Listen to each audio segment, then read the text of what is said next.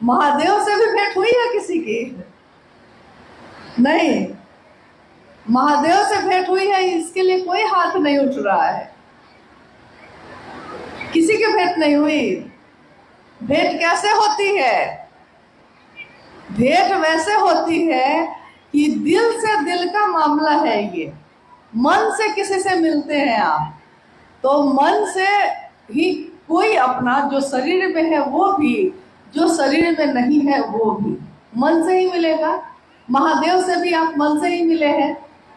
तो इतना साहस नहीं हुआ कि कम से कम कहते हैं कि अरे झूठा ही सही, पल भर के लिए कोई हमें प्यार कर ले, झूठ ही सही, लेकिन झूठ झूठ भी अगर कहिएगा ना, अच्छी बात कहिएगा तो मन को अच्छा ही लगता है।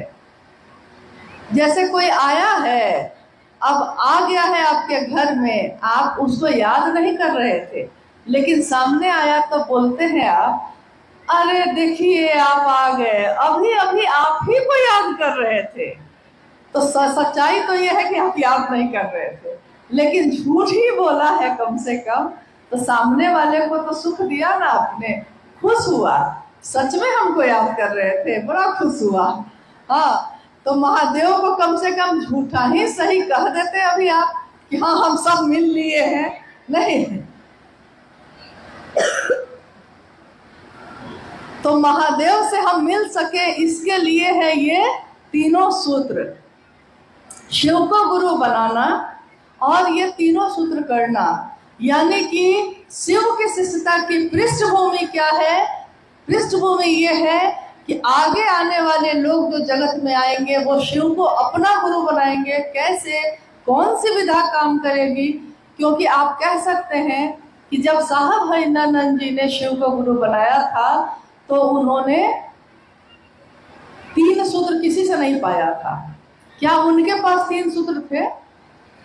क्या साहब हरिनंदन जी के पास सन 1974 में जब उन्होंने शिव को गुरु बनाया तो साहब हरिनंदन जी के पास तीन सूत्र थे? नहीं थे। लेकिन जिसके पास तीन सूत्र नहीं होगा और कोई बताया भी नहीं है, वो करेगा क्या? करेगा क्या? पहला सूत्र कहता है कि अपने गुरु शिव से दया मांगिए, मन ही मन। यहाँ भी मन से कहा गया, मन ही मन अपने गुरु शिव से दया मांगिए। तो हम मन ही मन महादेव से दया मांगते हैं। कोई शिव का शिष्य होगा और कोशिश करेगा और कोई काम नहीं होगा, फिर कोशिश करेगा नहीं होगा,